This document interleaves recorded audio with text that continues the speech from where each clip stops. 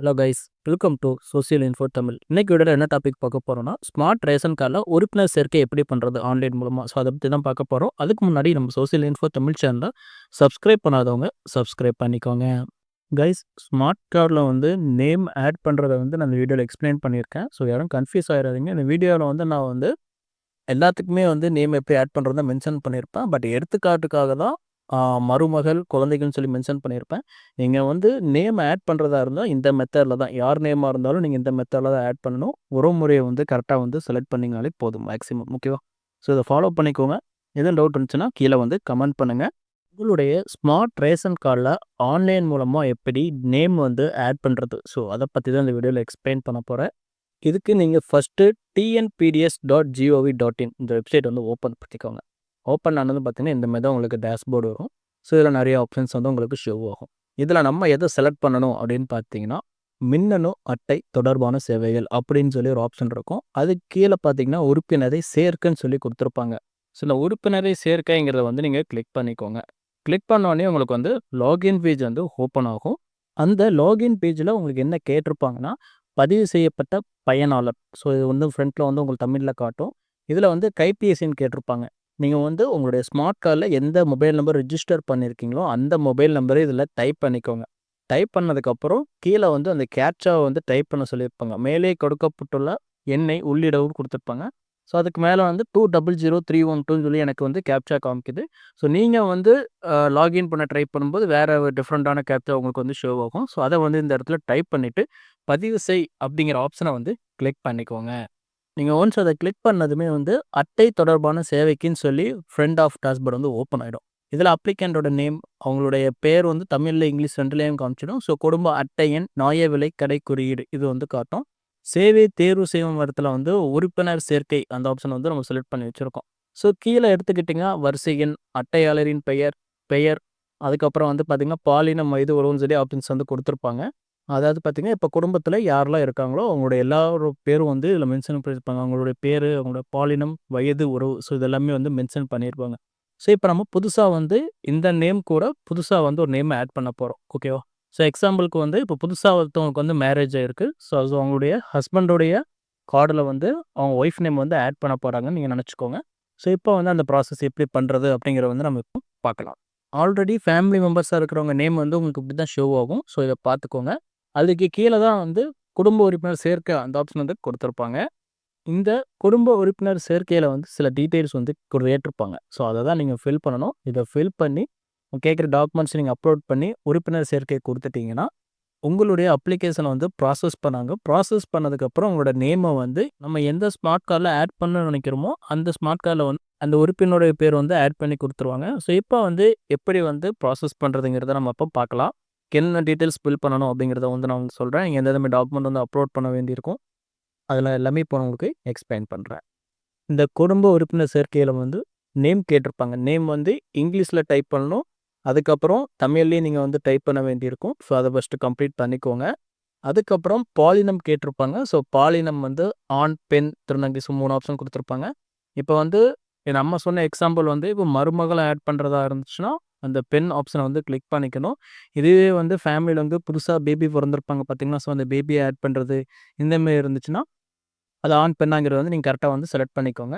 Select பண்ணதுக்கப்புறம் 4த்தாக கேட்கக்கூடியது வந்து பிறந்த தேதி. அவங்க எப்போ பிறந்தாங்களோ அந்த டேட் ஆஃப் பர்த்தை வந்து இதில் என்ட்ரி பண்ணிக்கோங்க. ஸோ அதுக்கப்புறம் உறவு முறைன்னு கேட்டிருப்பாங்க. ஸோ உறவு முறையில் வந்து நிறைய ஆப்ஷன்ஸ் கொடுத்துருப்பாங்க. அத்தை, சகோதரர், மகள், மருமகள், தந்தை, பேத்தி, தாத்தா, பாட்டி, பேரன், கணவர், தாய், மற்ற உறவுகள், சகோதரி, மகன் சொல்லி இந்தமாதிரி எல்லா ரிலேஷன்ஷிப்பும் உங்களுக்கு வந்து கொடுத்துருப்பாங்க. ஸோ இப்போ நம்ம ஆல்ரெடி சொன்ன மாதிரி கல்யாணம் ஆனவங்க வந்து உங்கள் பேரை ஆட் பண்ணுற மாதிரி இருந்துச்சுன்னா மருமகளை வந்து செலக்ட் பண்ணிக்கோங்க.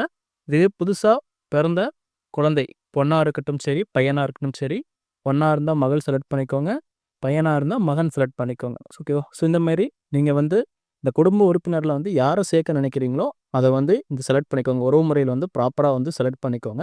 செலக்ட் பண்ணதுக்கப்புறம் என்ன கேட்குறாங்கன்னு பார்த்தீங்கன்னா, மாற்றுத்திறனாளியான்னு கேட்குறாங்க. ஸோ மாற்றுத்திறனாளியாக இருந்தால் ஆம் கொடுத்துக்கோங்க.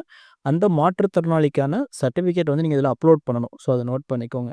இதே மாற்றுத்திறனாளி இல்லைன்னா நீங்கள் இந்த இடத்துல எதுவுமே வந்து செலக்ட் பண்ண தேவை கிடையாது. ஓகேவா? ஸோ இதை நோட் பண்ணிக்கோங்க. இப்போ வந்து ஆவணங்கள் கேட்குறாங்க. நீங்கள் வந்து பேர் வந்து ஆட் பண்ண போகிறீங்கல்ல, ஸோ அதுக்கான ஆவணங்கள் கேட்குறாங்க. நேம் ஆட் பண்ணுறதுக்கு வந்து ஒரு சில டாக்குமெண்ட்ஸ் இருந்தாலே போதும். நீங்கள் வேறு எதுவும் எக்ஸ்ட்ராலாம் ஆட் பண்ண வேண்டிய அவசியம் கிடையாது. ஸோ அவங்க குடுத்துருக்கிற ஆப்ஷன்ஸ் என்னென்னு பார்த்தீங்கன்னா, ஆதார் அட்டை, பிறப்புச் சான்றிதழ். ஸோ இந்த 2 தான் வந்து நேம் ஆட் பண்ணுறதுக்கு வந்து கேட்டிருக்காங்க. பொதுவா வந்து இப்போ மருமகள் ஆட் பண்ணுறதா இருந்தாங்கன்னா, ஜஸ்ட் அவங்க ஆதார் கார்ட குடுத்து அத அப்லோட் பண்ணி அவங்க ஆதார் நம்பர போட்டு உறுப்பினர் சேர்க்கைய வந்து குடுத்து கம்ப்ளீட் பண்ணிறலாம். இதுவே குழந்தைகள வந்து ஆட் பண்ணுறதா இருந்துச்சுன்னா, முன்னாடி வந்து பர்த் சர்டிஃபிகேட் மட்டும் இருந்தாலே போதும். நேம் வந்து ஆட் பண்ணி குடுத்துட்டு இருந்தாங்க. பட் இப்ப அப்படி கிடையாது. அந்த குழந்தையோட ஆதார் கார்டையும் நீங்க ஆட் பண்ண வேண்டியிருக்கும். அப்படி இல்ல நான் பர்த் சர்டிஃபிகேட், ஆதார் 2யும் சேர்த்து ஒரே பிடிஎஃபா வச்சு அப்லோட் பண்ண போனா, நீங்க அப்படி கூட அப்லோட் பண்ணிக்கலாம். இந்த ப்ராசஸ்ல பண்ணும்போது அந்த குழந்தையோட நேமையும் வந்து ஆட் பண்ணி குடுப்பாங்க. ஸோ இப்போ வந்து பெரியவங்களுக்கு ஆட் பண்ணுறதா இருந்தா, அந்த ஆதார் அட்டைங்கிற ஆப்ஷன மட்டும் செலக்ட் பண்ணிக்கோங்க. ஸோ அதுக்கப்புறம் வந்து டாக்குமெண்ட்ட வந்து அப்லோட் பண்ண சொல்லியிருக்காங்க. ஓகேவா? ஸோ நீங்க அப்லோட் பண்ணக்கூடிய டாக்குமெண்ட் வந்து 1 எம்பி அந்த அளவுல தான் இருக்கணும். பிஎன்ஜி, ஜிஐஎஃப், ஜேபிஇஜி மற்றும் பிடிஎஃப். ஸோ இந்த டாக்குமெண்ட்டா மட்டும் தான் நீங்க வந்து இதில வந்து அப்லோட் பண்ண முடியும். ஸோ அதனால உங்களுடைய டாக்குமெண்ட் எல்லாமே வந்து 1 எம்பிக்குள்ள இருக்கான்னு செக் பண்ணிக்கோங்க. அதே மாதிரி நீங்க அப்லோட் பண்ணக்கூடிய டாக்குமெண்ட் வந்து கிளியரா இருக்கான்னு ஒன்ஸ்க்கு 2 டைம் வந்து செக் பண்ணிக்கோங்க. ஏன்னா நீங்க ஜேபிஜியா வச்சிருக்கீங்க. அத பிடிஎஃபா கன்வெர்ட் பண்றீங்கன்னா, அது குவாலிட்டி கம்மியா இருந்துச்சுன்னா, ஒரு சில நேரங்கள்ல வந்து அது வந்து கிளியரா தெரியாது. ஸோ அந்த மாரி இருக்கின்ற டாக்குமெண்ட்ட நம்ம இதில அப்லோட் பண்ணோம்னா, இந்த ஆஃபீசர் இத செக் பண்ணும்போது அவங்களுக்கு அது கிளியரா தெரியலைன்னா, அதனால மேக்ஸிமம் வந்து ரிஜெக்ட் ஆக வாய்ப்புகள் அதிகமா இருக்கு. மத்தபடி புதிய உறுப்பினர் சேர்க்கையில வந்து ரிஜெக்டட் வந்து அதிக அளவுக்கு வராது. ஸோ அத நோட் பண்ணிக்கோங்க. நம்ம அப்லோட் பண்ணக்கூடிய டாக்குமெண்ட் வந்து எந்த அளவுக்கு கிளியரா இருக்கோ, அத பொறுத்து அந்த ஆட் பண்ற ப்ராசஸ் வந்து ஸ்பீடா இருக்கும். ஆஃபீசர் செக் பண்ணும்போது எல்லாம் தெளிவா இருந்துச்சுன்னா, உங்களுக்கு உடனடியா வந்து அப்லோட் வந்து குடுத்துருவாங்க. ஸோ அதனால அப்லோட் பண்ணக்கூடிய டாக்குமெண்ட் வந்து 1 எம்பிக்கு தான் இருக்கணும். பட் கிளியரா இருக்கணும். பிடிஎஃப்ப வந்து நீட்டா வந்து கிளியர் பண்ணிக்கோங்க. ஸோ அது ரொம்ப இம்பார்ட்டன்ட். அதே மாதிரி குழந்தைகளுக்கு நான் சொல்லியிருந்தேன் பார்த்தீங்களா? அவங்களுடைய ஆதார் கார்டு, பர்த் சர்டிஃபிகேட் 2யும் ஆட் பண்ணணும்னு சொல்லி. ஸோ அதுலயும் வந்து பார்த்தீங்கன்னா, கிளியரா வந்து அப்லோட் பண்ணிக்கோங்க. உங்ககிட்ட ஆதார் கார்டு மட்டும் இருந்தா, நீங்க குழந்தைகளுக்கு ஆதார் கார்டு மட்டும்னாலுமே அப்லோட் பண்ணிக்கலாம். ஸோ அதையும் வந்து நோட் பண்ணிக்கோங்க இந்த இடத்துல. ஸோ இப்ப எல்லாமே நம்ம வந்து கம்ப்ளீட் பண்ணியாச்சு. ஸோ இந்த இடத்துல ஆதார் எண்ணுன்னு கேட்பாங்க. ஸோ ஆதார் எண்ண வந்து டைப் பண்ணிக்கோங்க. ஒரு 12 டிஜிட் ஆதார் நம்பர் இருக்கும்ல, இந்த இடத்துல 4, இந்த இடத்துல 4, இந்த இடத்துல 4ன்னு சொல்லி உங்களுக்கு 12 டிஜிட்டா வந்து டைப் பண்ணிக்கோங்க. இதில வந்து ஒரு குறிப்பு குடுத்துருக்காங்க. தயவுசெய்து 5 வயதிற்கு மேற்பட்டவளுக்கு ஆதார் எண்ணை கண்டிப்பாக உள்ளிடவும் சொல்லியிருக்காங்க. அதாவது பார்த்தீங்கன்னா, இந்த குழந்தையோட வயசு 5 வயசுக்கு மேற்பட்டவங்களா இருந்தா, கண்டிப்பா அவங்களுடைய ஆதார் எண்ண குடுத்து தான் வந்து, நீங்க வந்து பேர் சேர்க்கிறதுக்கு வந்து அப்ளை பண்ண முடியும். அப்படிங்கிற மாரி வந்து சொல்லியிருக்காங்க. ஸோ இத வந்து நோட் பண்ணிக்கோங்க. ஸோ ஒன்ஸ் நீங்க வந்து இந்த குடும்ப உறுப்பினர் சேர்க்கைக்கு வந்து டீட்டெயில்ஸ் ஃபில் பண்ணிட்டீங்கன்னா, ஃபர்ஸ்ட்டு வந்து உங்க நேம் வந்து இங்கிலீஷ்ல கரெக்ட்டா வந்து ஸ்பெல்லிங் மிஸ்டேக் இல்லாம டைப் பண்ணிக்கோங்க. உங்க பேரையும் டைப் பண்ணிக்கோங்க. அதுக்கப்புறம் பாலினம் வந்து கரெக்ட்டா வந்து செலக்ட் பண்ணிக்கோங்க. பிறந்த தேதி, உறவுமுறை, மாற்றுத்திறனாளியா இருந்தாங்கன்னா ஆம் குடுத்துருங்க. அது எந்த வகையான மாற்றுத்திறனாளிங்கிறத வந்து செலக்ட் பண்ணிக்கோங்க. அதாவது மாற்றுத்திறனாளினா, கண்ணுல பிரச்சனையா, விரல்ல பிரச்சனையான்னு கேட்குறாங்க. ஸோ அந்த கண் எதுக்குன்னு பார்த்தீங்கன்னா, நம்ம வந்து ரேஷன் கார்ட்ல ஒரு பொருள் வாங்க போறோம்னா, கண் ரேகைய வந்து ஸ்கேன் பண்ணுவாங்க. ஸோ அதுக்காக. ஃபிங்கர் பிரிண்ட் வந்து பார்த்தீங்கன்னா, கைரேகை வைக்கிறதுக்காக. ஸோ இந்த 2ல வந்து எனி இஷ்யூ இருக்கான்னு கேட்டிருக்காங்க. ஸோ இத நோட் பண்ணிக்கோங்க. இதில எதுன்னு இப்போ சப்போஸ் கண்ணுல, விரல்ல எதுவும் பிரச்சனை இருந்துச்சுன்னா, அத செலக்ட் பண்ணி, அதுக்கான ஆவணத்த வந்து நீங்க அப்லோட் பண்ண வேண்டியிருக்கும். ஓகேவா? ஸோ இது மாற்றுத்திறனாளி இல்லையா, இல்லைங்கிற ஆப்ஷன் வந்து நீங்க கிளிக் பண்ணிடலாம். வேற எதுவுமே அங்க ஃபில் பண்ண தேவை கிடையாது. காமனா மற்ற ஆவணங்கள் கேட்கும் பார்த்தீங்களா? இந்த ஆதார் அட்டை, பிறப்பு சான்றிதழ். ஸோ இதில வந்து நீங்க அப்லோட் பண்ணணும். நான் ஆல்ரெடி சொல்லிட்டேன். பெரியவங்களா இருந்தாலும் சரி, சிறியவங்களா இருந்தாலும் சரி, ஆதார் அட்டைய வச்சு அப்லோட் பண்ணுங்க. ஸோ செலக்ட் பண்ணிட்டு, அந்த 1 எம்பிக்குள்ள வந்து ஒரு டாக்குமெண்ட் இருக்கணும். PNG, GIF, JPG, PDF. So இந்த ஃபார்மட்ல இருக்கணும். ஸோ இத நோட் பண்ணிக்கோங்க. தெளிவா வந்து அப்லோட் பண்ணிட்டு பதிவேற்று குடுத்துருங்க. அது இங்க வந்து பார்த்தீங்கன்னா, நீங்க எந்த டாக்குமெண்ட் அப்லோட் பண்ணுங்க, டாக்குமெண்ட் நேம் வந்து இதில காமிச்சிடும். அதுக்கப்புறம் அந்த பயனாளருடைய ஆதார் எண்ண வந்து கரெக்ட்டா வந்து டைப் பண்ணிக்கோங்க. ஃபுல்லா டைப் பண்ணிட்டு, இந்த உறுப்பினர் சேர்க்கை அத வந்து கிளிக் பண்ணிக்கோங்க. நீங்க உறுப்பினர் சேர்க்கை கிளிக் பண்ண உடனே, நெக்ஸ்ட் வந்து உறுதிப்படுத்தல்னு சொல்லி ஒரு ஆப்ஷன் காட்டும். ஸோ இதில வந்து ஒரு டிக் போட்டுருங்க. டிக் போட்டுட்டு அவங்களுடைய டெர்ம்ஸ் அண்ட் கண்டிஷன்லாம் படிச்சு பார்த்துட்டு, நம்ம குடுக்கக்கூடிய டீட்டெயில்ஸ்லாம் கரெக்ட்டா இருக்கணும். ஸோ அத இம்பார்ட்டன்ட்டா நோட் பண்ணிக்கோங்க.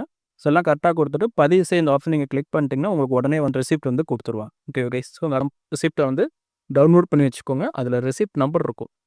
ஸோ அந்த நம்பர வச்சு தான் நம்ம பேக்ல வந்து பார்த்தீங்கன்னா, ட்ராக் வந்து பண்ண முடியும். ஸோ அதனால அத கண்டிப்பா வந்து சேவ் பண்ணி பத்திரமா வச்சுக்கோங்க. இப்போ வந்து நீங்க ஆன்லைன்ல வந்து உறுப்பினர சேர்க்கிறதுக்கு வந்து அப்ளை பண்ணிட்டீங்க. ஓகேவா? ஸோ உங்களுக்கு வந்து ரெஃபரன்ஸ் நம்பர் எல்லாம் கிடைச்சிருச்சு.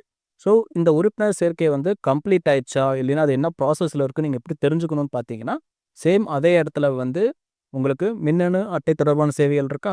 உறுப்பினர் சேர்க்கை வந்து ஃபர்ஸ்ட் இருக்கும். அதிலேயே கீழ லாஸ்ட்ல எடுத்துக்கிட்டீங்கன்னா, அட்டை தொடர்பான சேவை நிலையை அறியன்னு சொல்லி ஒரு ஆப்ஷன் இருக்கும். இத கிளிக் பண்ணிக்கோங்க.